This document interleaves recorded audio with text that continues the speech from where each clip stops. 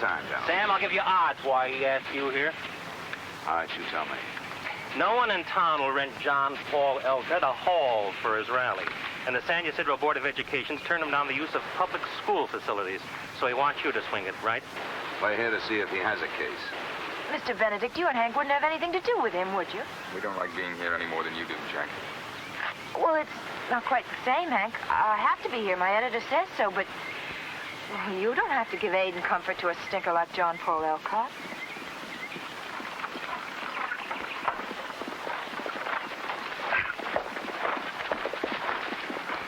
Mr. Benedict, delighted you're here. Ladies and gentlemen of the press, I hope that what you've seen here today convinced you that me and my frontiersmen are prepared, literally and physically, to preserve the American way of life at all costs against those traitors in high places and in low places, those who would betray our freedoms and sell us into slavery. The price of liberty is eternal vigilance. And here today, you've heard the first shot of our campaign to keep America free, white, and Christian.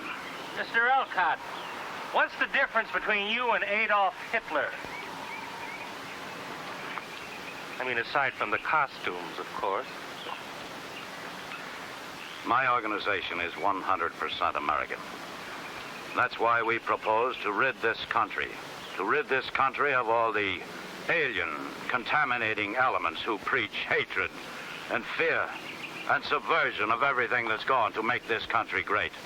That's why we propose to ship all the blacks back to Africa where they came from. To stand every red and pinko up in front of a firing squad. And as for the Jews,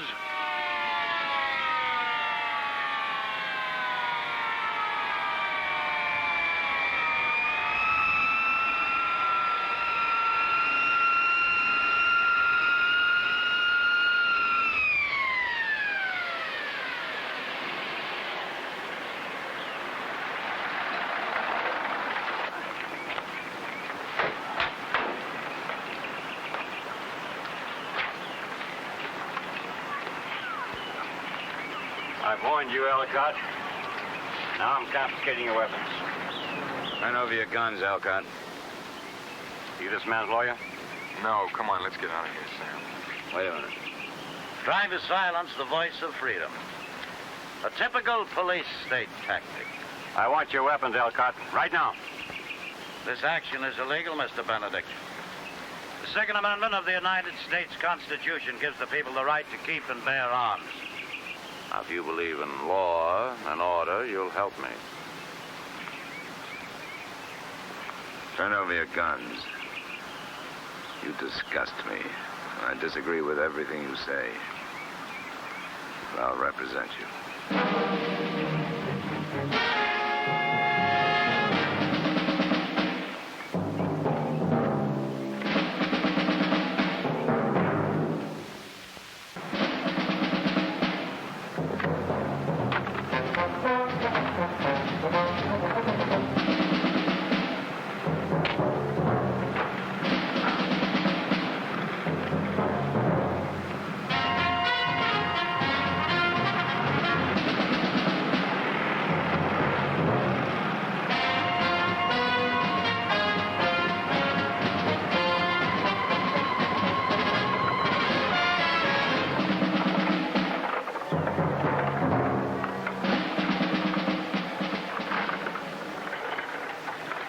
Benedict, you've made it abundantly clear that you don't care about me personally, but you did say you would handle my case.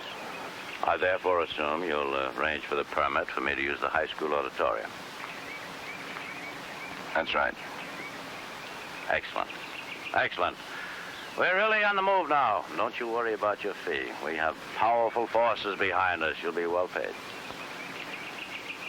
I can never be paid enough, Mr. Elcott.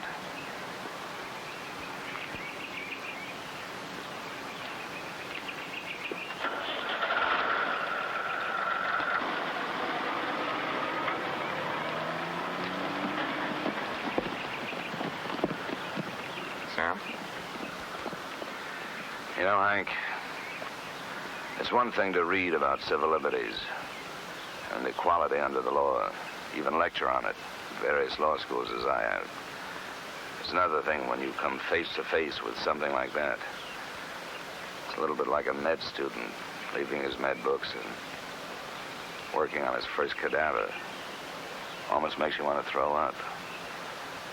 But if you really believe in the ethics of your profession, as I do, you've got to follow through. Come on.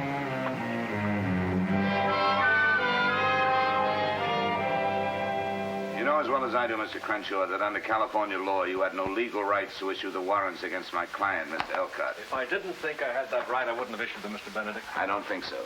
I think what you're really doing is badgering this man because you're objecting to his political beliefs. Mr. Benedict is absolutely right. Now, you and I have had these run-ins Quiet, before. Mr. Elcott.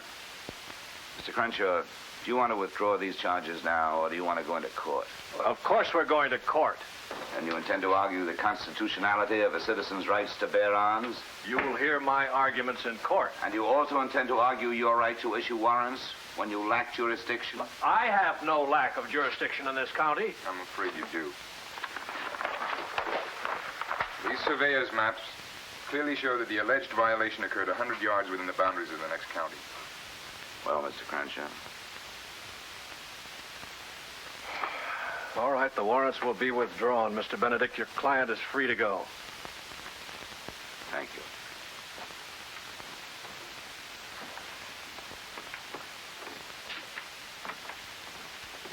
Benedict. I hope you're proud of yourself for setting that hate monger loose in this area. Sheriff, in totalitarian countries, the police are the law. Here, you're under the law. No matter what your good intentions, you're not going to stop Elcott and what he stands for. By lawless law enforcement. Noble sentiments, noble. I wonder if you still have them when the riots start and innocent blood's flowing. And you're responsible for it all.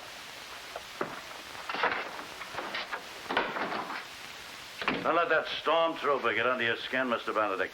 He and Crenshaw are just trying to... Wait a minute. Listen, let's get this absolutely clear. In my book, Crenshaw and that sheriff and people like them are fine and decent Americans trying the best they know how to keep vermin like you from lousing up the great thing we've got in this country. Just what do you think you're... I think you and your rotten doctrines are a stench in the nostrils of civilization and humanity. I'm not defending you or your doctrines. I'm defending the government, the Constitution, the people of the United States. Do we understand each other? Perfectly, Mr. Benedict. Good. Okay, let's get out of here. Mr. Benedict, have you arranged for the permit for me to use the high school auditorium? I'll make an appointment with David Friedman, head of the Board of Education, for tomorrow afternoon.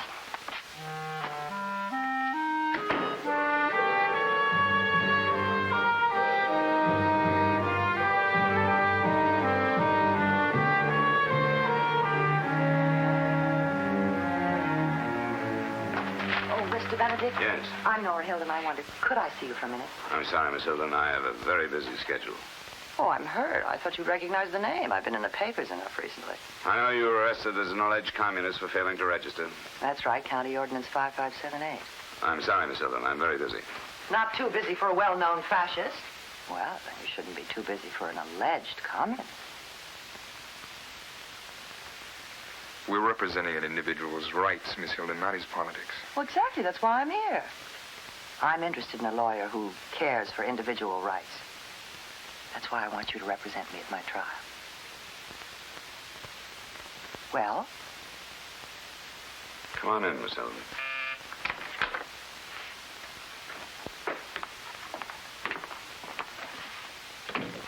Later, Trudy.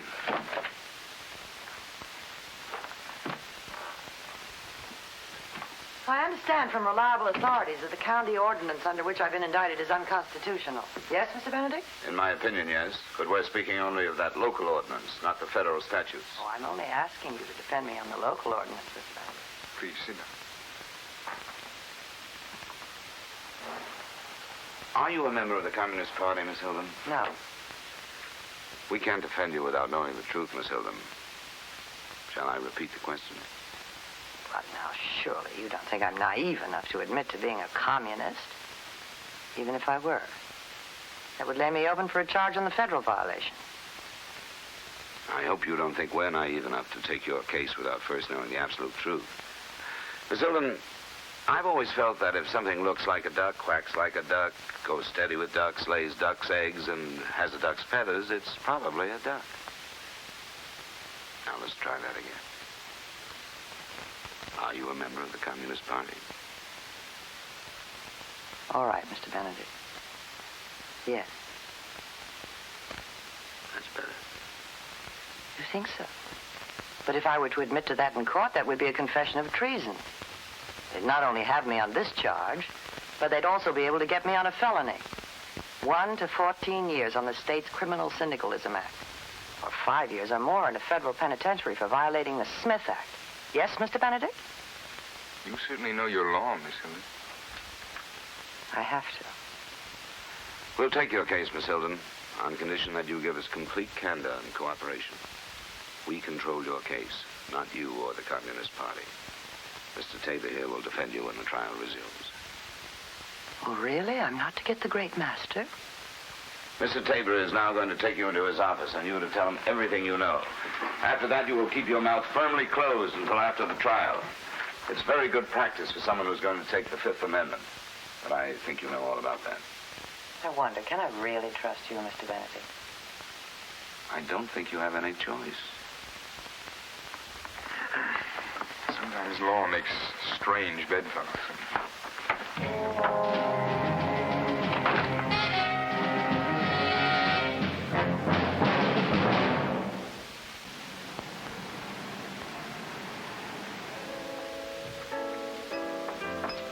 I'm as liberal as the next guy, and you know it. But what you're doing is asking for trouble. Real trouble.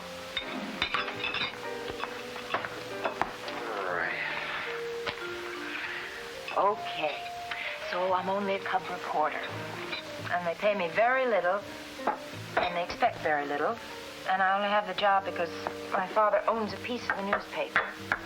But what you and Mr. Benedict are doing is just going to bring you nothing but grief. We were trapped. Elcott trapped us. So did Nora Hilden. I don't believe that. Sam Benedict, the hottest lawyer west of the Pecos, and you, bright young star. I think you walked into it with your eyes wide open because you like a good fight. Fighting for civil rights, is that bad? I don't think so. Here's to it. The cause is just, your aims are worthy, your sentiments are noble. You can fully expect to have your head bashed in. Don't worry, little Jack will be right behind you with a stretcher.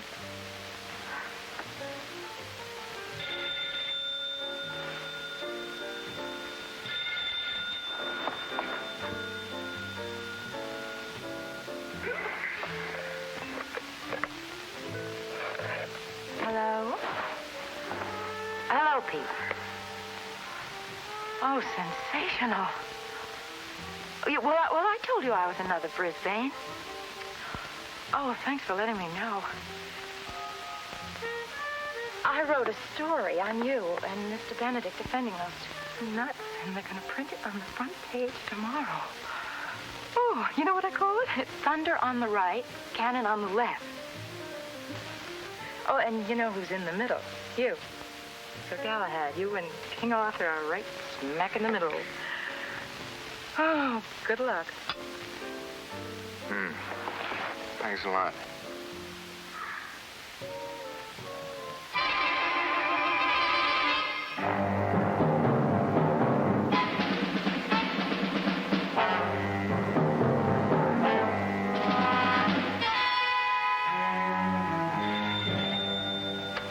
Garfield 10713. I beg your pardon? I will not give Mr. Benedict that message. The same to you, madam.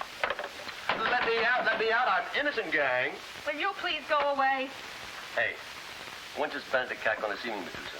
Like maybe never, man, unless you come out of orbit long enough to tell me what you want to see him about. Well, now, as I get the picture, Medusa, this swinging legal leopard is making it with both the right and with the left, right? But where does that leave us ultra-conservative middle-class guys like me? Oh, come on now, Calvin Coolidge. Can't you see I'm very busy? No, look, my landlord's bugging. I got 6 kids. No, 7. 7 kids, 4 cats, a cut-rate set of bongos in my pad. Now, does that give him the right to evict me? I'll tell you a secret, Calvin. If I were Mr. Benedict, I'd take your landlord's case. Farewell, Medusa. Farewell, my lovely. Farewell, Medusa. Again.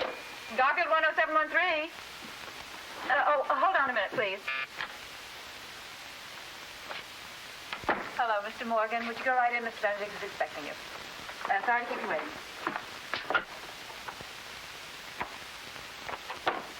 Hello, Sam.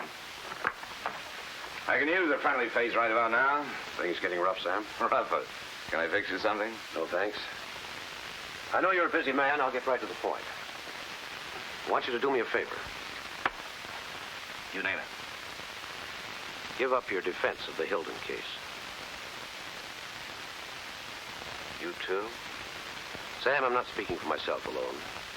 As you know, I'm commander of my veterans post. And I've just accepted the chairmanship of the Citizens Committee to combat un-Americanism. Un-Americanism?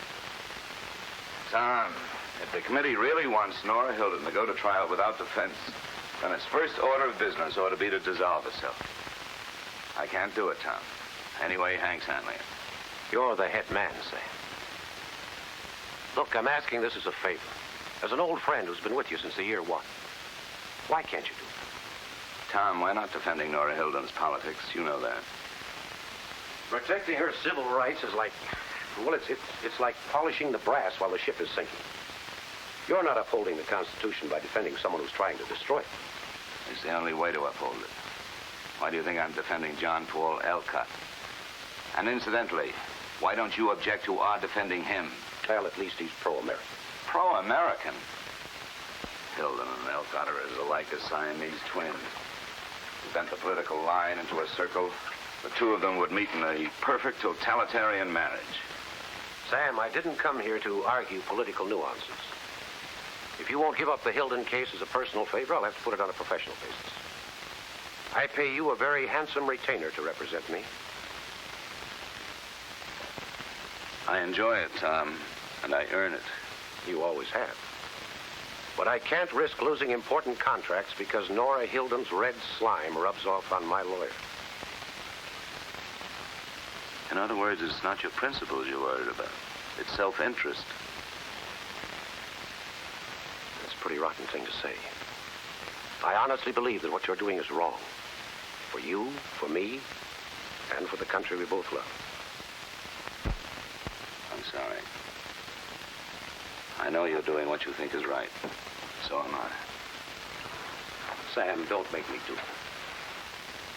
You know, I'll never understand why a lawyer is the only one expected to turn away clients because of their backgrounds and beliefs.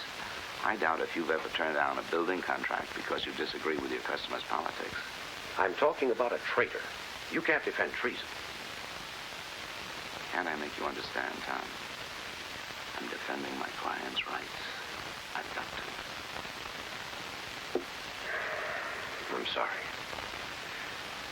You're wrong.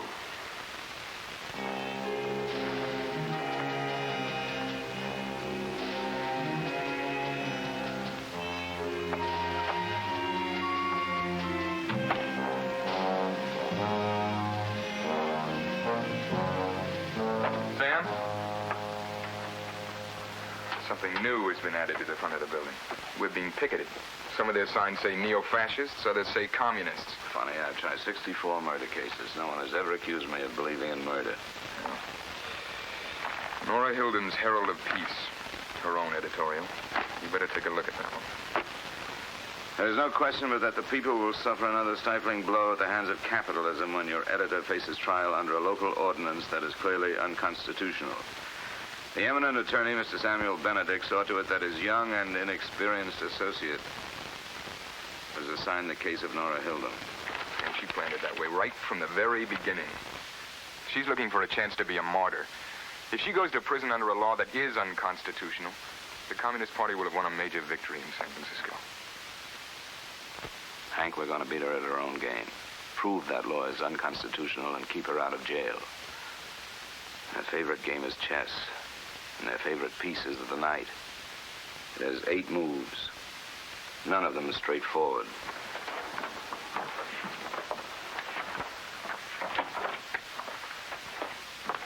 Trudy, shut off the phones. Let the message service handle the calls, will you? Thank you, sir. And send out to Mix for some cheese blintzes and coffee. Mr. Tabor doesn't like cheese blintzes. They're for you. Oh, Mr. Benedict, you didn't tell me where you'd be. David Friedman, San Ysidro County Board of Education. Right.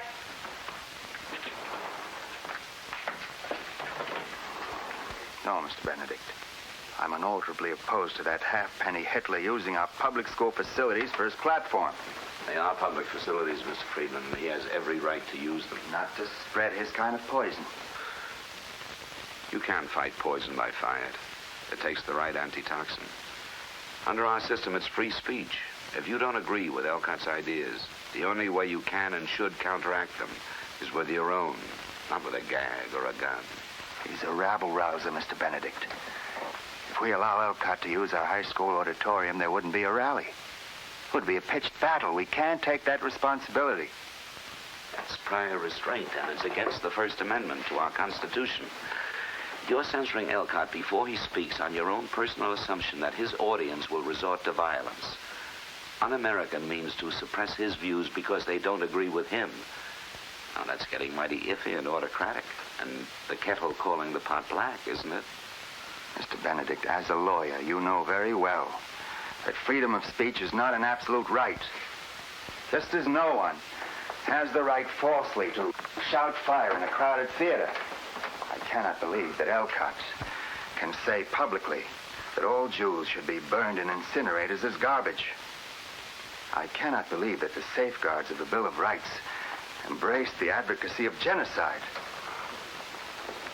But perhaps I'm prejudiced. I'm Jewish. I know. Elcott makes quite a point of it. He says you're persecuting him. Persecution? Is it persecution to try to keep persecution out of our schools, our country?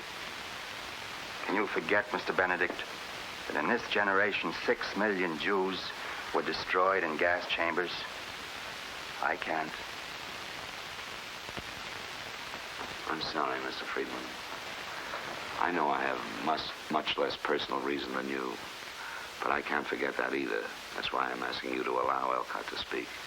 Because no matter how repulsive his doctrines may be to you, if you arbitrarily take away his rights, you're laying yourself, all of us, open to the same thing on another day, when the pendulum might swing and it might be considered un-American to be Jewish or Christian or Caucasian or Negro or even to have blue eyes. You hate Hitler for what he did. But how did it all start in Germany? Wasn't Hitler's first step the suppression of free speech? Aren't you doing the same thing, Mr. Friedman? I still think Elcott should not be allowed to walk this earth, much less our public school platforms. But perhaps you're right in one respect. I shouldn't decide that alone. It is a democracy. I'm going to set up a public hearing for Elcott's application tomorrow before the entire board. Thank you, Mr. Friedman. Don't thank me, Mr. Benedict. I'm fighting you all the way.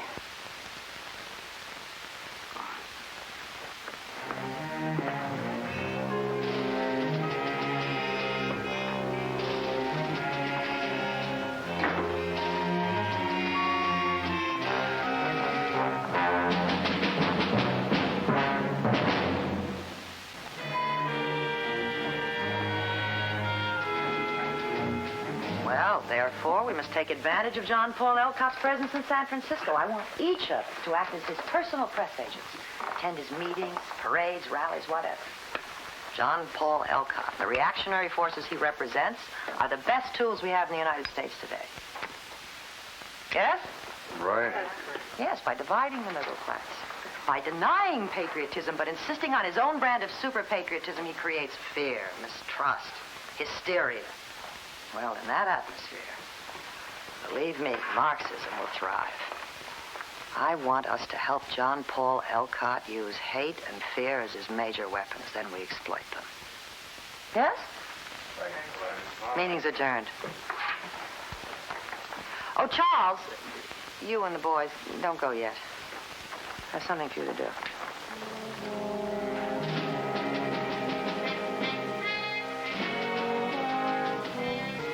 We'll uproot and burn the vicious weeds that are strangling the garden of our republic.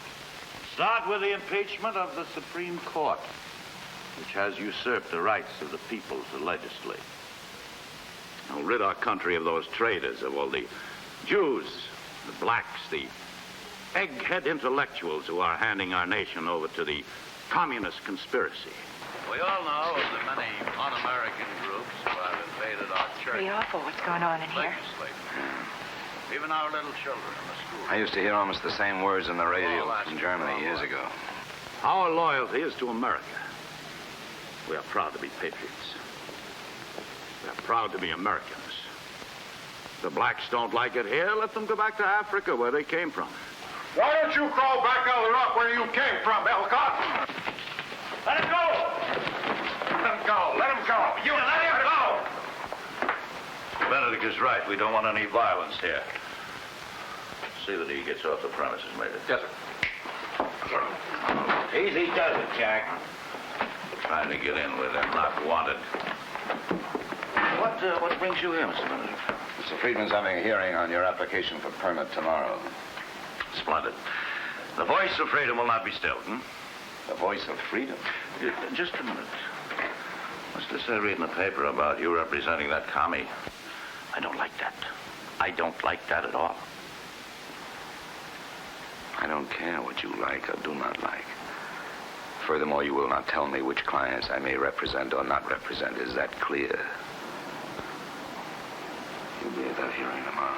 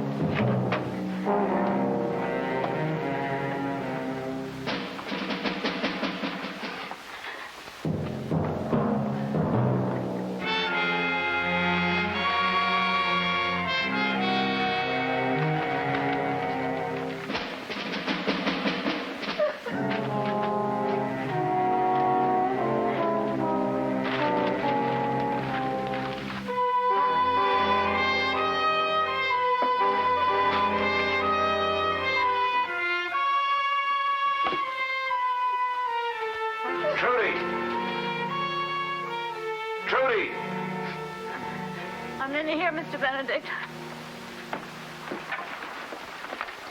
Are you all right? Sure. I was just trying to put things back in their place. They broke in. Never mind about that. Come on in. I'll make you a drink. Then you can tell me all about it.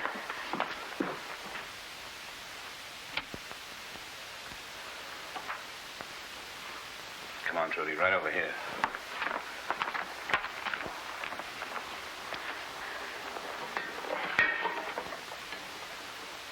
There were 3 of them. Not over 18. They were just boys. Did you recognize any of them? I don't know. I was pretty scared.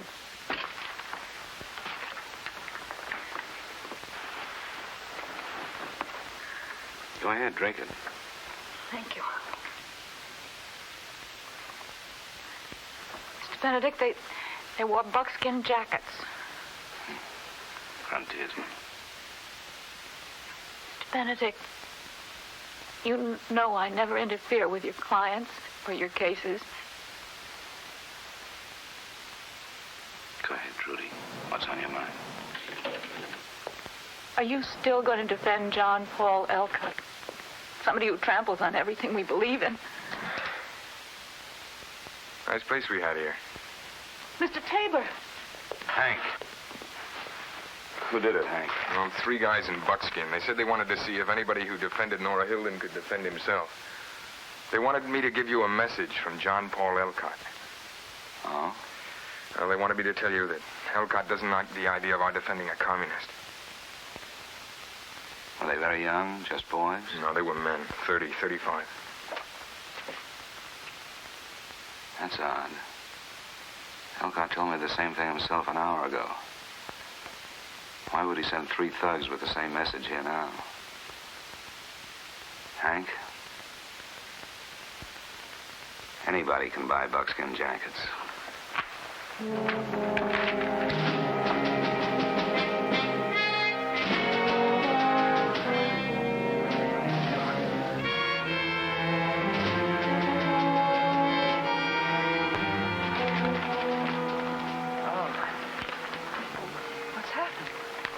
You sent them. Why ask?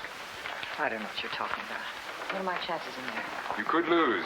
Does that bother you? I've seen the inside of jails before. You'd like that, wouldn't you? Full-fledged martyr. Who was it who said in time of war, many sparrows fall? Believe me, Miss Hilden, you're no sparrow.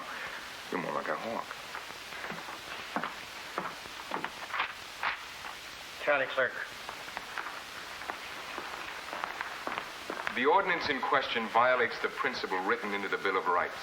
Amendment 5 of the Federal Constitution applied to our state through Article 1, Section 13 of its Constitution, whereby every citizen is made secure from compulsory self-incrimination. Your Honor, I beg to remind Mr. Tabor that just recently a federal district court jury convicted the Communist Party for failing to register with the Attorney General. And I beg to remind Mr. Roper that it was the organization that was on trial, not an individual. Mr. Tabor's memory seems to be more germane, Mr. Roper. The county ordinance compels Nora Hilden to incriminate herself for possible future prosecution under both the Criminal Syndicalism Act and the Federal Subversive Registration Act. May I suggest, Your Honor, that the defense is being haunted by ghosts of its own making. Now, Section 7 of the ordinance in question specifically states that the registration statement shall not be open to public examination, thus, in effect, granting immunity to those persons registering. I'm certain the court will agree that no county ordinance can confer immunity from an act declared to be a crime by both the state legislature and the Congress of the United States. Such an ordinance unquestionably would be invalid, as we contend the ordinance in question to be, in fact. Ordinarily, the court would take this matter under advisement. However, since both counsel desire the immediate decision, I'm prepared to rule on defense's motion to dismiss to the complaint. The privilege of the Fifth Amendment and of this state's corresponding constitutional safeguard against self-incrimination is a fundamental right available to all citizens at all times, as it is available to the defendant in the matter before this court. Mr. Tabor has clearly demonstrated that this county ordinance violates that fundamental right. The court therefore grants defendant's motion to dismiss. Defendant Nora Hilden is discharged. Court is adjourned.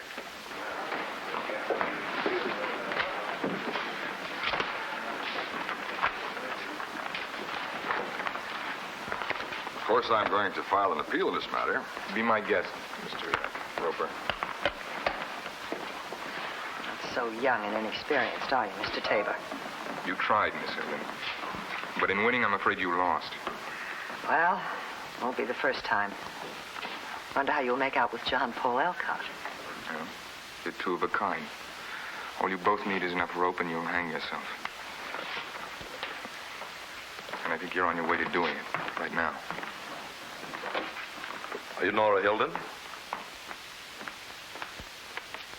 Yes? I'm a federal marshal, Miss Hilden.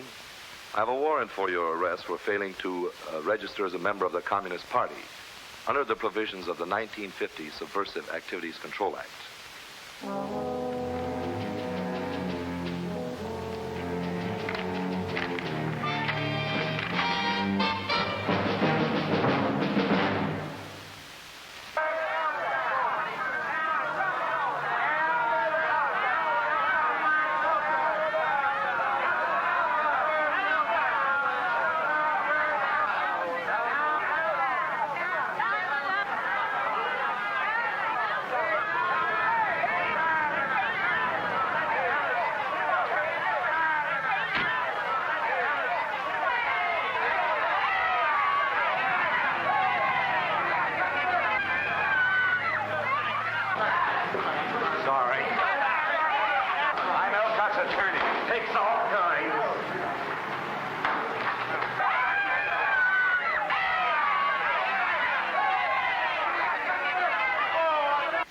so, the parents of our community will simply not tolerate our schools to be used for the vile slanders and airings of John Paul Elcott. Thank you, Mrs. Olson.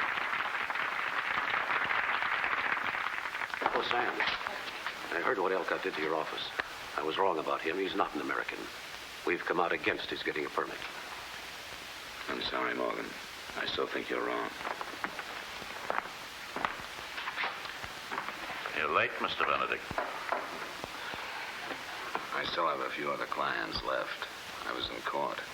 Mr. Dutton of the Taxpayers Association has asked to speak in opposition to Mr. Elcott's application. You've been reviling me like this for over an hour. It would take longer than that to do you justice.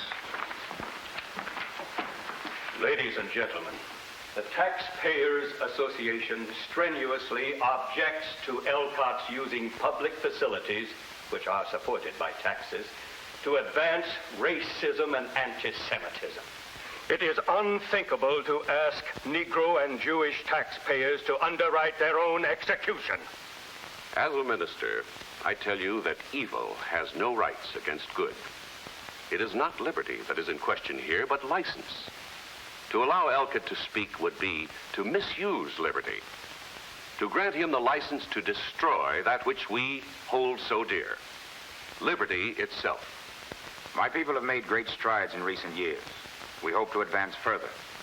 But a man like Elcott can halt this progress with the seeds of fear, hate, and suspicion which he sows in the minds of our fellow citizens. As Americans, we must stand together, not divided by internal dissensions falsely created by a fanatic and a demagogue such as John Paul Elcott. For the good of this great country, his application for a permit to use our high school auditorium must be denied. Thank you.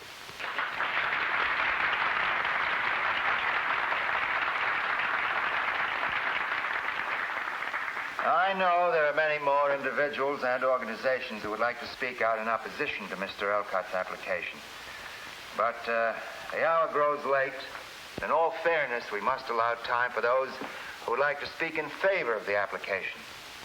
Now, is there anyone present who wishes to do so? It's my turn now. Sit down and be quiet, Mr. Elcott. Mr. Friedman, I should like to speak on behalf of Mr. Elcott's application.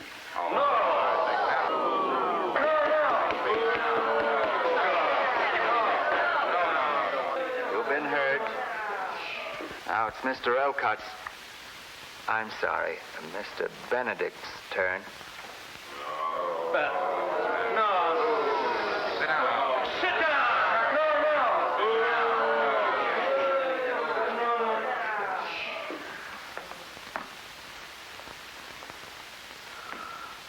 I've listened to your arguments why John Paul Elcott should not be allowed to speak. I've listened to those of my closest friends and colleagues. I've searched my own heart and mind, trying to be sure what is right.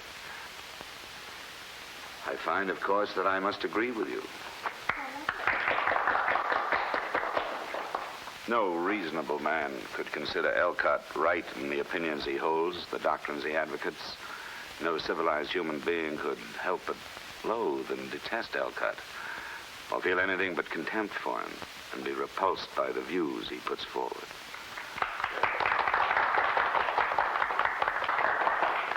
They are the products of a warped and twisted personality, of a sick mind. They attract only those who share his sickness. I agree with you. All sane and decent men must reject Elcott's doctrines outright. In that respect, yes, I agree with you. But I do not agree with you that Elcott should be denied the right to express his views, no matter how foul, despised, or troublesome they may be. I argue for the granting of the permit, not for Elcott. He's not important, unless you let him be. I'm arguing for you, and for our country, and for its future. The First Amendment of the Constitution of the United States guarantees freedom of speech to everyone. Not just to the person who expresses respectable views that conform to popular opinion. If freedom of speech meant only the freedom to agree with you or with the currently fashionable political dogma, it wouldn't be freedom of speech at all. It would be a tyranny of the majority. You say Alcott is a fanatic. He is. The worst kind. But one thing you may be sure of. He believes in himself and his doctrines. The question is, do we believe as much in our own system, in ourselves? Or have we lost faith in our system of government, in the United States Constitution, in the Bill of Rights, in a system that has worked so well for the past 180 years that it produced what is today probably the strongest, greatest republic in the history of the world? We say we are a government of laws, a government by consent. That, we say, is the essential difference between us and the communists. But if we deny Alcott his freedom of speech, we will be eliminating that difference. If we do that, friends, we shall have lost what we were fighting to preserve. What then will there be left worth defending? The solution is not in the denial of free speech, but in the use of it. If you disagree with Alcott, express your views to the people. Let them decide. That is the only American way. The only way America can survive, endure against the onslaughts of oppression and tyranny from within or without. I hope, I pray that you will agree with me. Agree with me enough to dare to accept the challenge and the responsibility of freedom, to allow it to work, to grant Alcott his permit.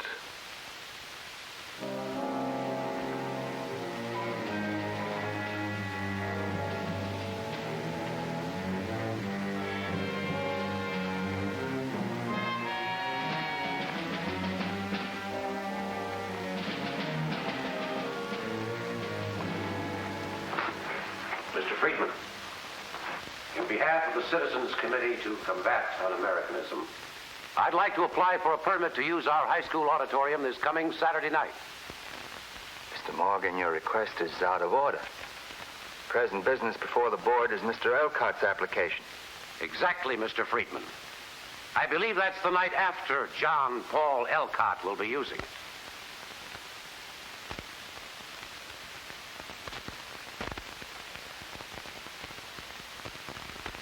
Your permit is granted, Mr. Morgan, as is Mr. Alcott's. Meeting is adjourned.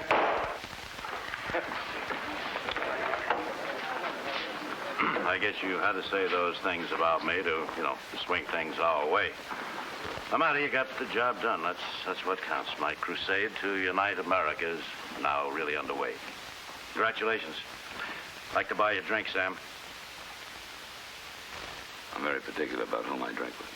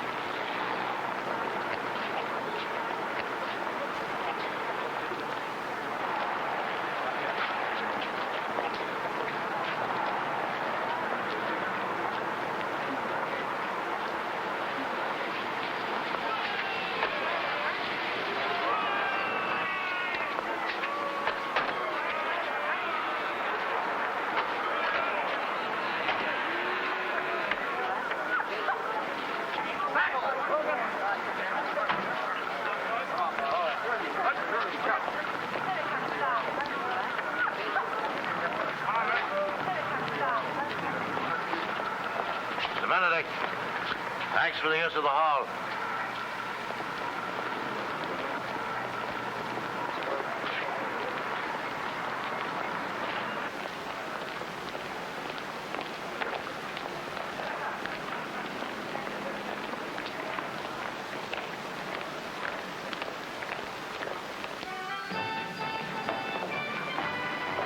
Is everything ready for me, Major? Oh, yes, sir, but it's... Very well. Give the signal to begin.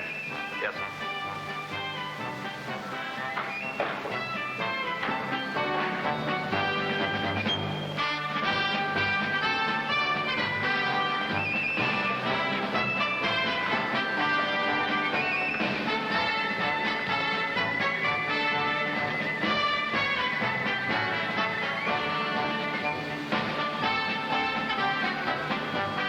That's what I was trying to tell you, Mr. Elcott.